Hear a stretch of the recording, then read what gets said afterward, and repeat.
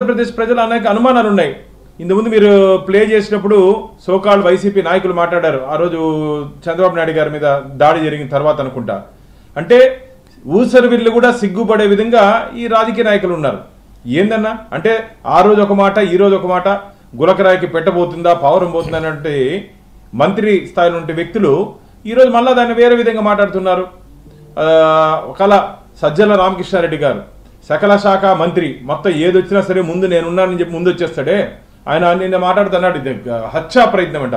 అయ్యా సజ్జల గారు, హత్యా ప్రయత్నం అయింటే అంత హై ప్రొఫైల్ సెక్యూరిటీలో ఉన్నటువంటి జగన్మోహన్ రెడ్డి గారిని 2 గంటలు మళ్ళీ తిరిగి ఎలాంటి యాత్రకు అనుమతిస్తారు? ఇమీడియట్ గా ఆయనకు ఉన్నటువంటి భద్రతా సిబ్బంది వారిని తీసుకొని వెళ్ళిపోయి ఉండాలి. అంత సీరియస్ అఫెన్స్ అయినంటే, అంత సీరియస్ సిచ్యువేషన్ అయినంటే ఖచ్చితంగా తీసుకుని వెళ్ళి ఉండాలి. ఇది పూర్తిగా భద్రతా వైఫల్యంగా మేము భావిస్తున్నాం.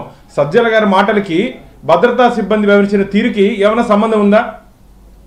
ఎక్కడైనా సంబంధం ఉందో చెప్పండి. అంత హై థ్రెట్ కానీ జరిగి ఉంటే ఇమీడియట్ గా వారిని లిఫ్ట్ చేసి తీసుకుని వెళ్ళిపోయి ఉండాలి. కాబట్టి వీరి మాటలకే పొంతన లేదు, వీరి మాటల్లోనే పొంతన లేదు, దాంట్లోనే క్లారిటీ వచ్చేసింది ఆంధ్రప్రదేశ్ రాష్ట్ర ప్రజలకి. ఇది పూర్తిగా డ్రామా. ఒకటి మళ్ళీ చెప్తున్నా, సానుభూతితో ఎన్నికల్లో గెలవలేరు, సానుభూతితో ఎన్నికల్లో ఓట్లు రావు. 5 సంవత్సరాలు మీరు చేసినట్టే అఘాయిత్యాల్ని ఆగడాల్ని ప్రజలు భరించారు. ఇంకా మీరు చేసే ఈ డ్రామాల్ని ఆంధ్రప్రదేశ్ ప్రజలు భరించే పరిస్థితులు లేరు.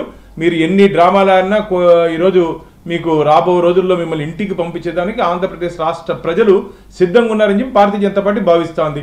ఇంకా ప్రధానమంత్రి గారు చాలా మంది అన్నారు ప్రధానమంత్రి గారు స్పందించారు అని. ఎస్, మేము మళ్ళీ చెప్తున్నాం, ఎవరి మీద దాడి జరిగినా సరే ఇదే విధంగా ప్రధానమంత్రి గారి స్పందన ఉంటుంది. నిన్న మా పురంధేశ్వర్ గారు కూడా స్పందిస్తూ ఈ దాడి ప్రజాస్వామ్యంలో మంచిది కాదు, కానీ సమగ్ర విచారణ జరిపించాలి అని చెప్పి డిమాండ్ చేశారు.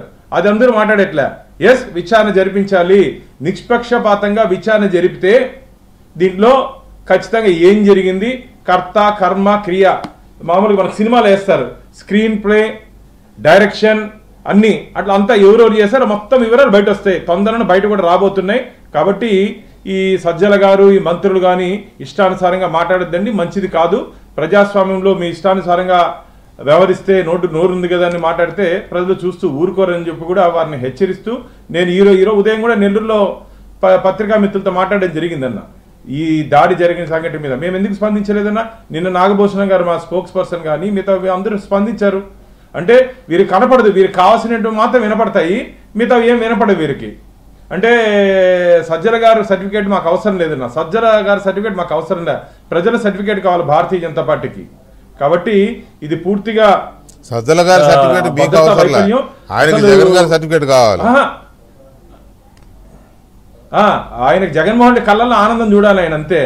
ప్రజల కళ్ళల్లో ఆనందము అవన్నీ అవసరం లేదు, జగన్మోహన్ రెడ్డి కళ్ళల్లో ఆనందం కావాలి. కాబట్టి ఆనందం ఇంకా 30 రోజుల్లో ఉంటుంది సజ్జల గారు.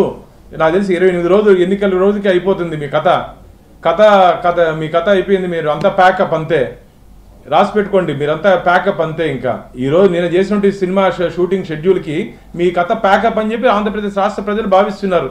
ఇదేదో ప్రతిపక్ష పార్టీగానే మేము విమర్శించట్లే, ఎక్కడ చూసినా సరే ఇదే గల్లీ నుంచి ఢిల్లీ వరకు ఈ డ్రామా గురించి మాట్లాడుకుంటున్నారు ఈరోజు ఆంధ్రప్రదేశ్ ప్రజలు. అంటే ఈ ఘటన జరిగిన